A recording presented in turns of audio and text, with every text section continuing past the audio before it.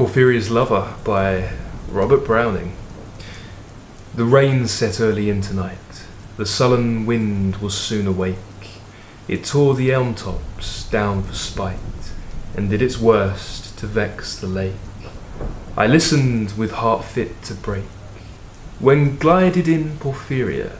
Straight she shut the cold out and the storm, and kneeled and made the cheerless grate blaze up, and all the cottage warm. Which done, she rose, and from her form withdrew the dripping cloak and shawl, and laid her soiled gloves by, untied her hat, and let the damp hair fall, and, last, she sat down by my side, and called me. When no voice replied, she put my arm about her waist, and made her smooth white shoulder bare, and all her yellow hair displaced, and, stooping, made my cheek lie there, and spread, oh, her yellow hair, murmuring how she loved me. She, too weak, for all her heart's endeavour, to set its struggling passion free from pride and vainer ties dissever, and give herself to me forever. But passion sometimes would prevail, nor could tonight's gay feast restrain a sudden thought of one so pale, for love of her, and all in vain. So she was come through wind and rain. Be sure I looked up at her eyes, happy and proud. At last I knew Porphyria worshipped me. Surprise made my heart swell, and still it grew, while I debated what to do.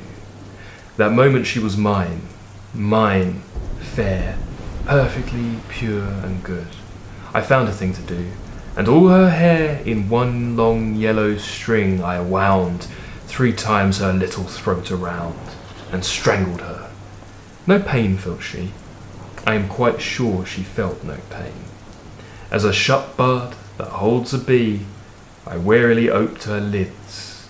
Again laughed the blue eyes without a stain, and I untightened next the tress about her neck. Her cheek once more blushed bright beneath my burning kiss.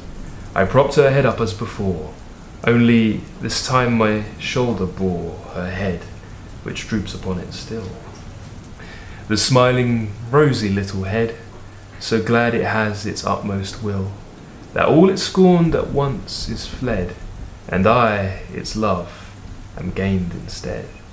Porphyria's love, she guessed not how her darling one wish would be heard. And thus we sit together now, and all night long we have not stirred, and yet God has not said a word.